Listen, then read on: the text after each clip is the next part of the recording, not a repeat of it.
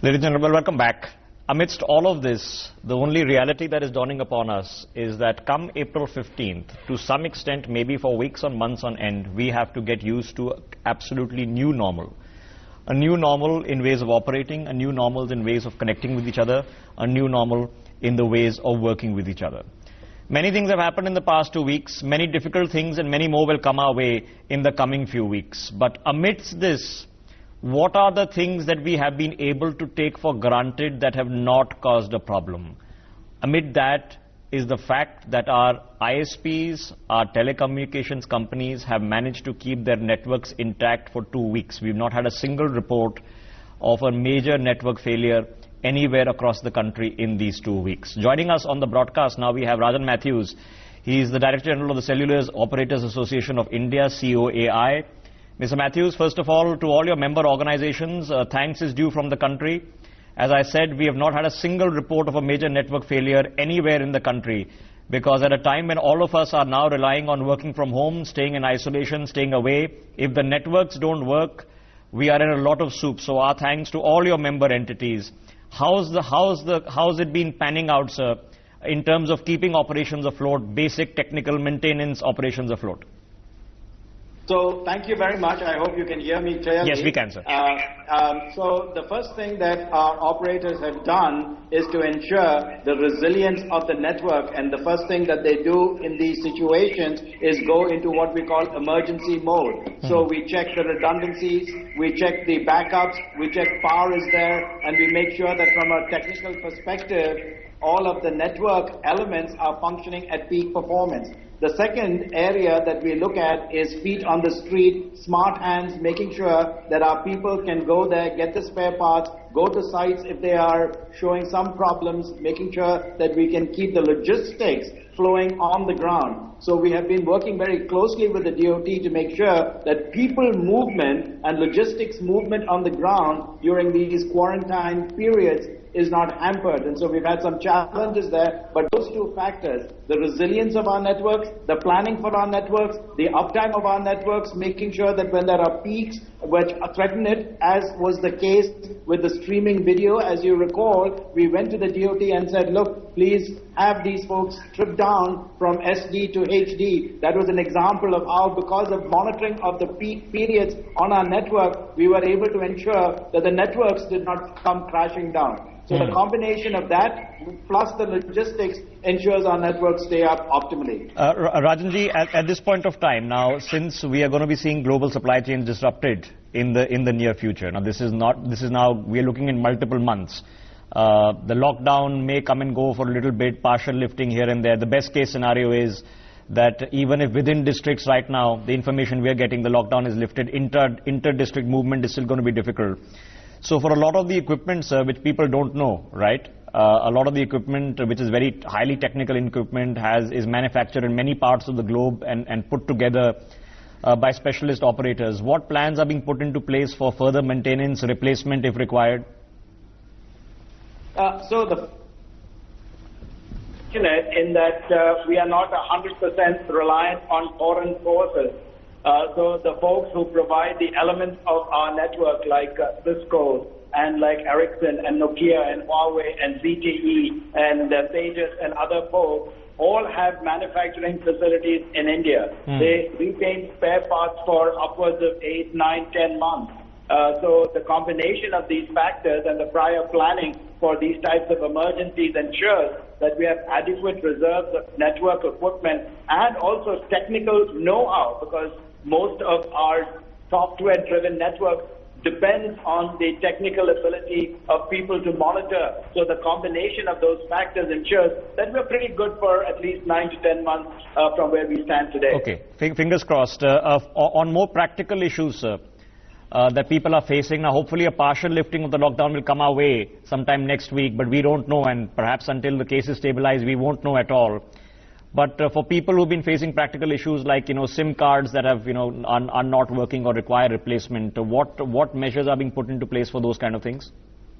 So the first and foremost point that we say is that all of our operators provide call-in facilities. So clearly they've augmented their IBR, so you can call in, chat is available, online is available, and there are selected places that you can go to. So we work with the government to ensure that our people are at our kiranas, medical stores, other approved locations where customers can go in the event that they need something. So what you're saying basically is that if you're having a SIM card problem or something ancillary problem regarding to that, even if the nodal company store is closed, there are other options available. So if you get in touch with the company, they can send you to a nearest kirana store which is providing a replacement SIM card, etc. So when it comes to SIM cards, what we usually do is rely on the folks who deliver things, right? So we can go to a DHL or a FedEx or some such, and we can rely on those folks to get you a replacement SIM. So you can call up the center, explain what your problem is. If the problem is relating to a replacement SIM, then there are some things that can be done over the air. So if you have a smartphone or some other related type of phone, we can fix some of the problems over the air.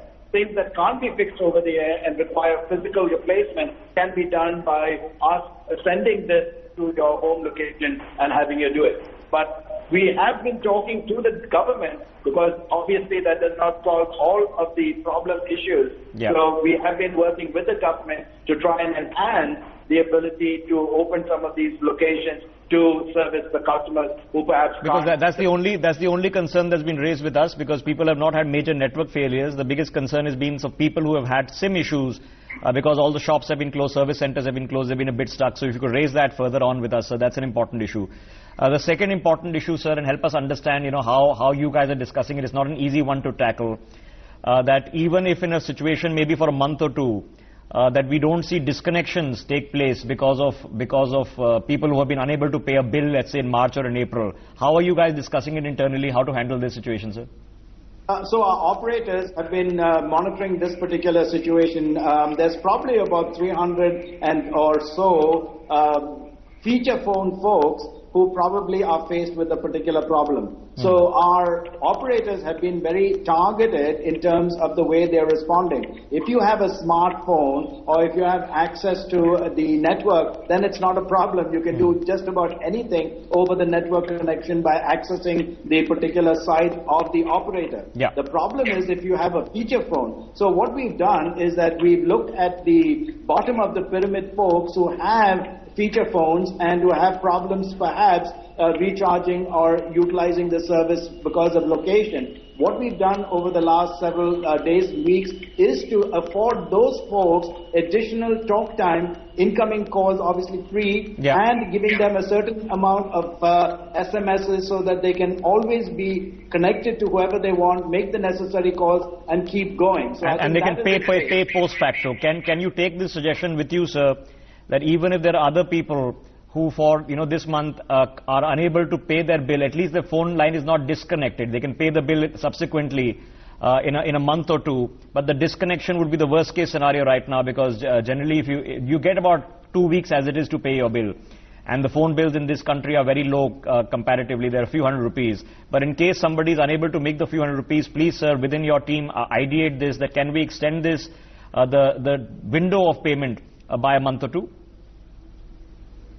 Thank you very much for raising this particular concern. Our operators are constantly looking at how they can serve the customers and the customers' needs. So happy to take this back to our operators and saying, look, this has bubbled up in terms of an issue. They will obviously look at the statistics they have. They know what is going on the network in terms of where the hotspots are. And I'm sure we will begin to discuss and see how operators need to address the situation. Okay, I have a few more questions to ask, sir, before I get to a larger picture. And I want to discuss the larger picture with you also. But a few more practical questions.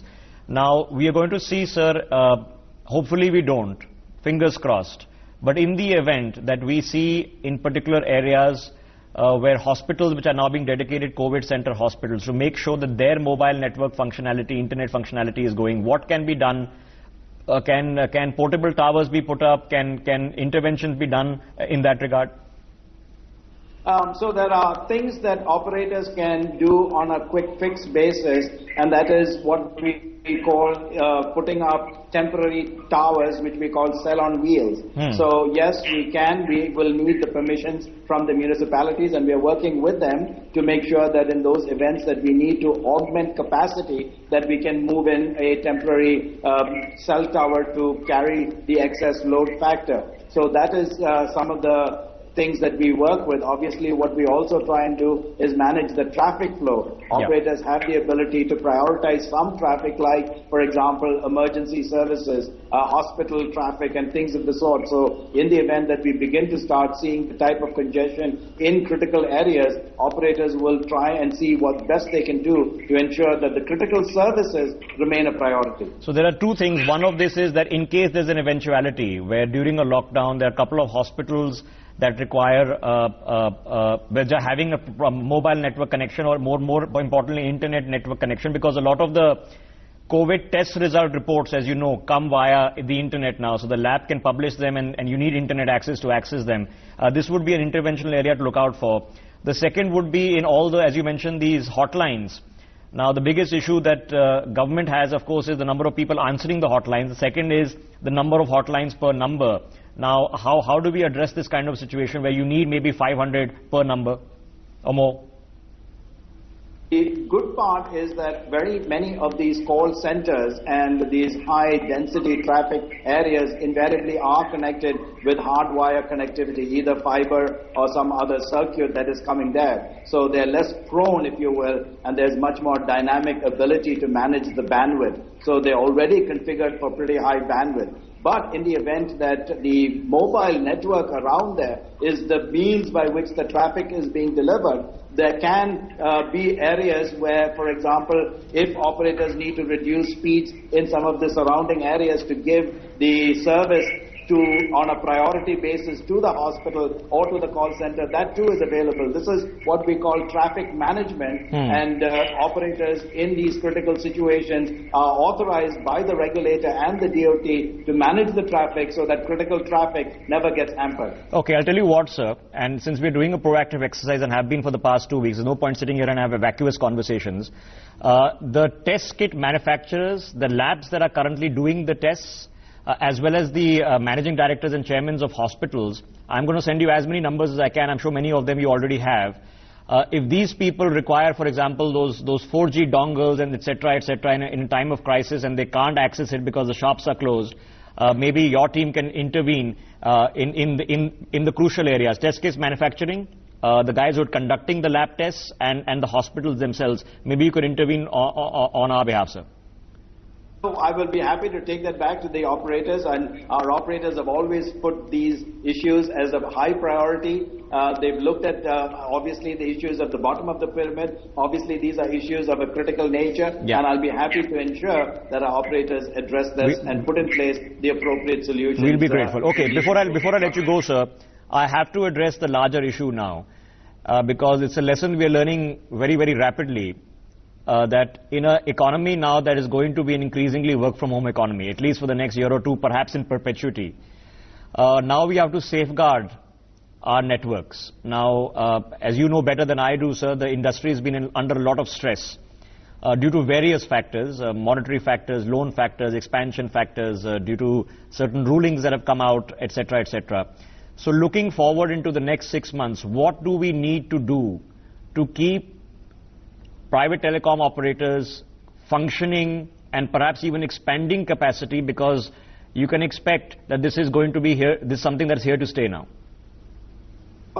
Absolutely, the first and foremost priority, which we have been shouting hoarse about, is to address the financial well-being of the industry. The most recent AGR ruling, of course, has put a terrific financial burden on the network. We were already sinking under a financial burden of debt coming from the bidding for spectrum, and the financial condition of the operators is of utmost importance. Honorable PM has indicated and asked departments to give them a list of issues that would kickstart the economy and allow our critical infrastructure to continue to play the critical role it does. So we have indicated that today 30 cents or 30% of every rupee that comes into the operator goes back to the government. Correct. So we are saying is that when you have that type of a situation, you must reduce the levies, which are the spectrum usage charges, the license fee today, which amount to close to 14 to 15%. We are saying please allow that money to be retained by the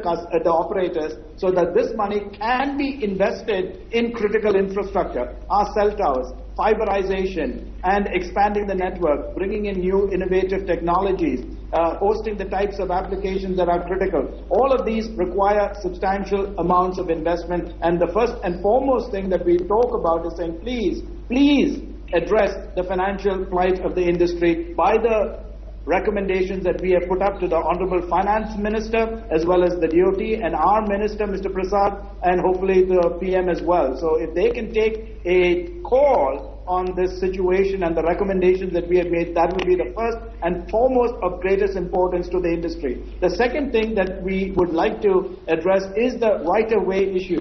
Today, I have a tremendous amount of pushback from our municipalities and our local folks who refuse to allow us permissions to put up towers. This is the point that we constantly say, listen, if you don't have a cell tower, you don't permit us to put in the particular bandwidth that is available, it is going to be a problem in these critical situations. Please give us the permissions so that we can responsibly put in fiber to the particular areas that require it. So we are asking for the right-of-way permissions, which have been a hindrance for us over the last several years. So I think those two would be the primary and main focus, the financial end of things and the right-of-way things that need to be addressed by the government to keep our industry clicking away at its peak performance. How do we get people now, sir, who have, because of price wars that have been going on in the country, which for people have been a massive boon, but it has put the industry in a lot of stress. How do we get people now reused to the idea of actually paying for this service? Because many people are now used to the fact that you hardly have any bills and everything is mostly free. That in order to save the industry, which is going to become a critical industry, we'll have to get used to the idea. Because if somebody, for example, is paying 1,000 rupees a month for a Netflix connection, but only 500 rupees a month for their internet connection, there's a skew that is happening over there. How do we communicate that idea to the people who are watching a broadcast like this? You put your finger on the issue right there. So I think we have to understand that the community, the operator community, is always focused on affordability. All right. So even in the center and even in the context of the types of tariff issues which go to the health of the matter, we are continuously saying that the affordability will still be there. However, please look at what has happened over the last 3 to 4 years. If you look at the percentage of income that the average customer in India pays or the average citizen pays, they used to previously pay 6% of their income for telecom services. Today, it's less than 1%. So the incomes of our population have increased, affordability has increased, but our operators get increasingly less and less of that first. So I think we have to reverse that in order to address the issue of the investments necessary in our networks and the quality of service. And I think that's where we're going in terms of our so from basically what you've been saying, sir, number one issue is that the 30 cents to the, or 30 paise to the rupee that the government is taking in operating charges, that needs to be looked at. Number two, municipal permissions need to be urgently looked at. At least I think we can begin, and I'll take this up. I mean, speaking to several municipal commissioners on a hourly basis here on the telecast. I'll take them up with all of them, sir. That at least in areas that we know, for example, we know that in a particular area in Delhi there are 20 hospitals. Right? We can begin with those areas and get those permissions expedited and then work our way downwards. The third is people understanding that if we are paying for 10 streaming platforms and we are paying 2,500 rupees a month, 3,000 rupees a month for the streaming platforms, but only paying 500 rupees for the internet connection, that's a skew that let's not be in a shock to address. Beyond this, in an actual capacity expansion, to ensure that people get the best kind of speeds they can, because as you know, you mentioned the issues that we have with the lack of towers, which is dealing with the mobile connectivity issues that a lot of people still face. It's something that we've come to accept almost. To eliminate those and as well as improve capacity, because if we see internet consumption, which has spiked like insanity over the past 5 or 6 years, but probably will have to double or triple in the next couple. How do we manage that?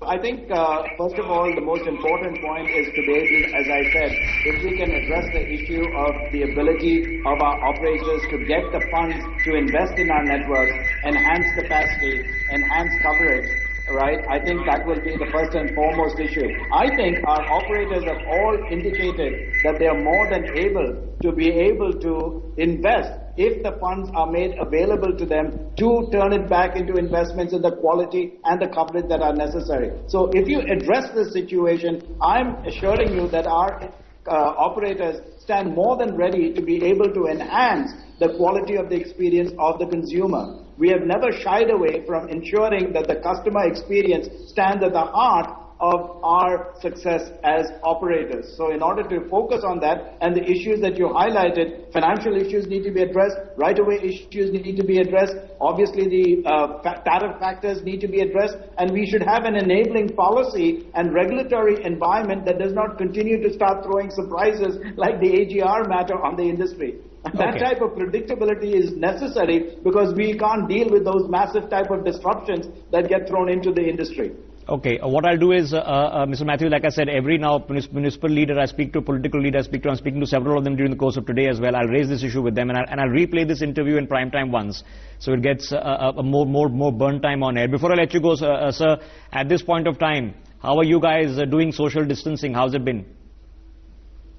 So I think our operators have sent all of our 80% of our employees home. We only keep the critical employees operating our network operating centers, those that absolutely are essential to go on the streets, the smart hands, the logistics folks. We keep them, we advise them, we give them the protective equipment, we give them constant reminders to abide by the hygiene factors, the safety factors, and all of us are practicing good hygiene in terms of safety distances, wearing the mask, being able to handle things appropriately in terms of washings, disinfecting our work environment. Our operators have made sure that the work environment is completely cleansed and kept clean. So all of these natural hygiene things have been meticulously followed by our operators and encouraged through daily reminders to our employees to be able to adhere to these basic hygiene principles. Quickly before I let you go, sir, I mean, the one issue I forgot, and I'm sorry, on the issue of GST on this, is a matter you've taken up with the government? Yeah, so the problem that we have had with GST are twofold. One is that there is a tremendous amount of refunds that are due to the industry, upwards of 35,000 crore rupees. We have been asking the government to free up this money so that we can turn around and invest it in the networks for uptime and quality of service that we've been talking about. The second area that we have been talking about with regard to GST is the application of GST on government types of services. And what I mean by this is that every time the operators make a payment for the payment of debt that they've taken for spectrum, every time that they make a payment for license fee, every time that they make a payment for spectrum usage charge, these payments to the government have now been characterized as services and therefore attract 18%. So imagine, in addition to the tremendous amount of money that has been incurred as debt to pay for the spectrum, I now are locked on with an additional 18%. So you're paying GST to the government for bills raised by the government, basically? I'm sorry? You're paying GST to government for bills raised by government? I'm sorry? I mean, the government is raising the bills on which you have to pay GST, because you're providing the government a service. So first of all, it is characterizing these payments as services. Nowhere else in the world are these payments to the government characterized as services. And so once it is characterized inappropriately in our mind as services, it attracts the 18%. We think that this is part of the problem that is causing this anomaly in terms of this tremendous amount of refund monies that are hung up by the government, and the government is now unable to refund this to us on a timely basis. Okay. Keep your member organizations and firms going, sir. We are in a difficult situation where many of us, if not most of us, are relying on the networks functioning. And so please pep up your teams. It's not like none of us have noticed that the hard work is being put in and we haven't seen a crisis come from the telecom end, and let's keep that effort up. So please pass on our thanks. From several people I'm watching, I'm sure, who have noticed the same thing or realized it just now that they've not had network connectivity problems. It would be useful, sir, if you could, I've been getting a lot of the emails and press releases from individual companies. If the telecom industry together could come up maybe with the connecting the hospitals or etc. plan and announce a plan, it would help connect with people a lot more at this point of time, and maybe your good offices can be used for that. Rajan Mathews there, DG of the Cellular Operators Association of India. Thanks very much for having a very candid conversation with us. Okay, I take the opportunity to take a very quick break. We are back in a minute.